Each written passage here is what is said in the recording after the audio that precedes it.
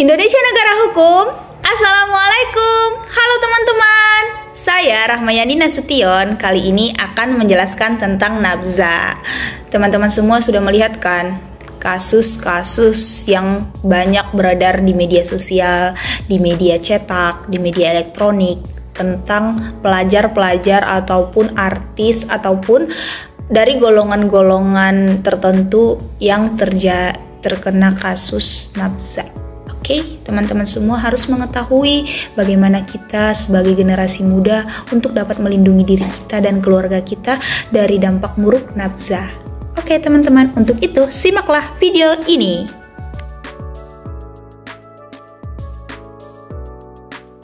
Wah, apa itu nabza? Jadi teman-teman semua harus mengetahui dulu pertama, apa itu definisi dari nabza. Definisi nabza itu sendiri, menurut para ahli, nabza ini merupakan singkatan dari narkotika, psikotropika, dan zat adiktif lainnya. Di mana nabza ini akan mencakup segala macam zat yang disalahgunakan untuk mabuk, untuk menghilangkan kesadaran seseorang. Jenis-jenis dari nabza. Jenis yang pertama itu ada jenis narkotika. Contoh-contohnya ada ganja, ada morfin, ada heroin, ada kokain. Gimana nih kak? Biar kita bisa mengetahui suatu zat itu tergolong dalam golongan narkotika. Oke teman-teman, ciri-ciri dari golongan narkotika ini sendiri itu dapat menyebabkan seseorang itu mengalami ataupun memiliki sistem tubuh yang sangat lemah ataupun dia sangat terlihat lesu gitu teman-teman. Karena narkotika ini merupakan suatu zat atau obat yang akan berasal dari tanaman maupun organisme lain yang dibuat secara sintetis maupun semi-sintetis yang dapat menekan sistem saraf pusat gitu. Oke teman-teman, jenis yang kedua itu yaitu jenis psikotropika. Contoh-contoh dari jenis psikotropika itu ada ekstasi, ada demerol, ada sabu-sabu. Dan jenis ini ataupun zat golongan psikotropika ini memiliki ciri-ciri kebalikan dari golongan narkotika, yaitu mereka yang menggunakan zat psikotropika itu lebih bergairah dan lebih aktif dalam kehidupan sehari-hari. Makanya jika seseorang itu sangat jarang lelah, itu kemungkinan bisa jadi dia menggunakan psikotropika teman-teman. Karena psikotropika itu zat atau obat yang dapat mempengaruhi aktivitas mental dan perilaku. Makanya utamanya perilaku yang dihasilkan dari pengguna zat psikotropika ini sangat aktif teman-teman. Jenis selanjutnya itu jenis yang datang dari golongan zat adiktif. Dari kata adiktif atau adiksi itu artinya kecanduan. Jadi golongan obat ini akan menyebabkan kecanduan dan ketergantungan. Ini contoh-contohnya itu ada kafein, ada nikotin, ada alkohol, dan ada kafein. Jadi golongan zat adiktif ini bahan atau zat yang dapat mempengaruhi tubuh secara fisioaktif dan menimbulkan ketergantungan. Oke teman-teman, itulah beberapa jenis tentang jenis nabza. Kita masuk ke dalam golongan-golongan nabza. Golongan-golongan ini dapat ditentukan berdasarkan efek samping yang ditimbulkan terhadap perilaku seorang penggunanya.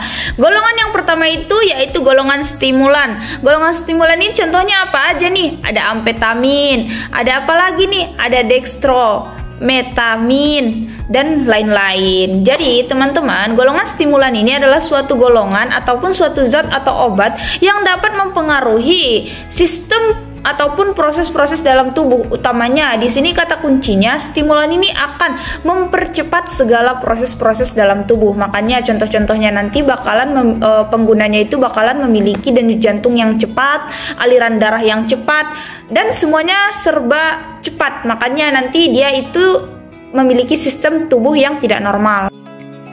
Wah, golongan selanjutnya apa nih? Golongan selanjutnya yaitu golongan depresan. Golongan depresan ini contohnya ada Xanax, ada Klonopin, ada Halcon, dan ada lain sebagainya yang bisa teman-teman cari sendiri ya.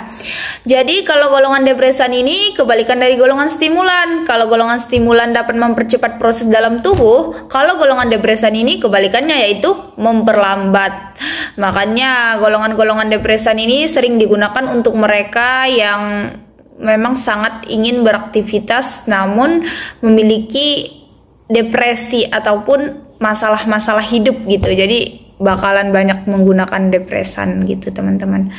Jadi ciri-cirinya tadi memperlambat proses-proses dalam tubuh, berarti dia nanti denyut jantungnya itu lebih lemah dan aliran darahnya juga lebih turun, tidak seperti golongan stimulan. Oke, teman-teman semua pada tahu nggak salah satu jenis depresan yang terkenal itu adalah jenis diazepam dan amobarbital. Itu sangat banyak digunakan oleh orang-orang yang memiliki depresi, yang mengidap penyakit depresi. Oke teman-teman, golongan selanjutnya itu ada golongan halusinogen. Golongan halusinogen itu sesuai dengan kata-katanya, ada halusi, berhayal. Jadi mereka akan memiliki ciri-ciri suka berhayal atau hilang kesadaran gitu teman-teman.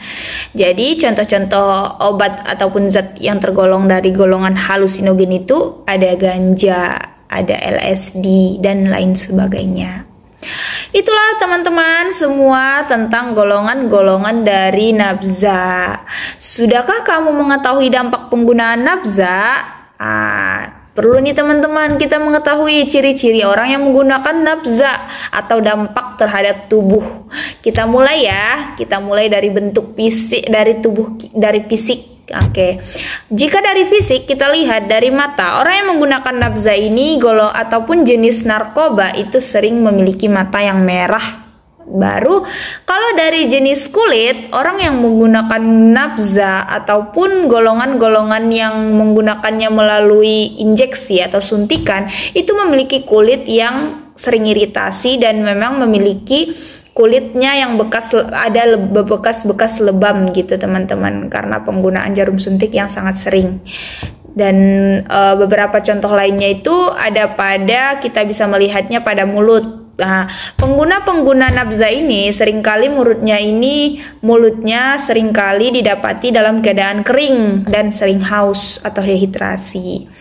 Jika kita lihat dari dalam tubuhnya ataupun jika diteliti dari dalam tubuhnya, dia memiliki jantung jika dia mengonsumsi dalam jenis kokain, amfetamin, ataupun ekstasi, itu biasanya bakalan memiliki denyut jantung yang sangat cepat, dan ketika suatu saat berhenti sejenak itu dapat menyebabkan kematian ya teman-teman.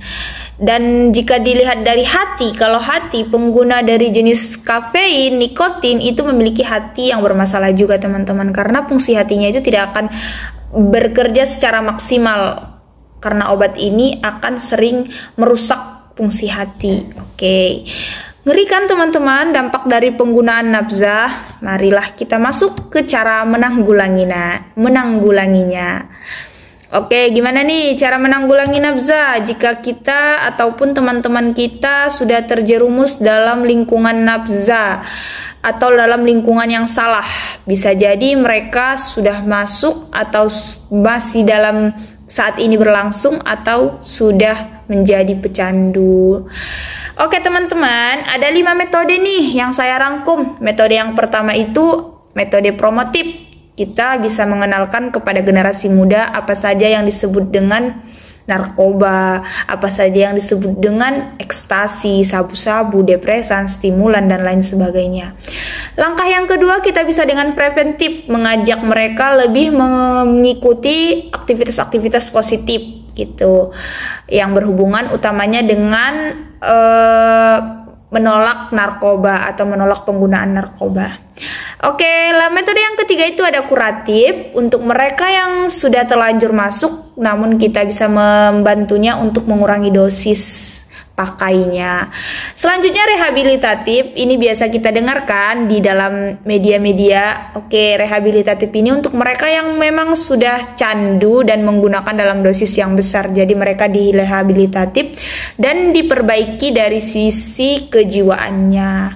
Selanjutnya represif, ini khususnya dari segi hukum teman-teman. Kita harus lebih bijak dan hukum juga harus lebih tegas dalam menindaklanjuti hukuman-hukuman dari pengedar narkoba gitu.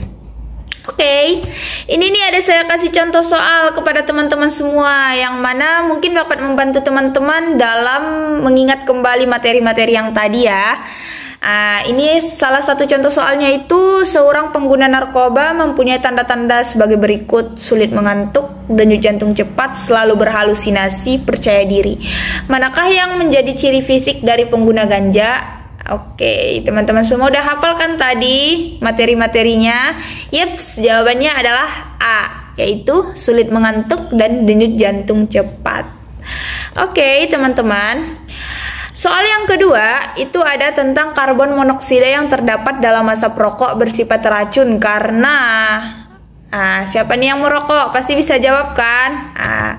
Oke, jawaban yang tepat itu adalah karena C, mengurangi kemampuan darah mengangkut oksigen. Karena memang karbon monoksida ini sangat merusak sistem pernapasan jika dia dimasukkan ke dalam sistem pernapasan ya teman-teman. Oke, selanjutnya itu ada berikut ini cara kerja dari nikotin berhubungan dengan rokok lagi. Kita bisa mendapatkan jawabannya yaitu A, karena dia dapat mengusir oksigen dari dalam darah. Oke teman-teman, sekian materi dari saya. Semoga teman-teman semua dapat mengambil hikmah dan dapat mengambil ilmu dari video ini. Selalu bermanfaat untuk orang lain. Salam belajar.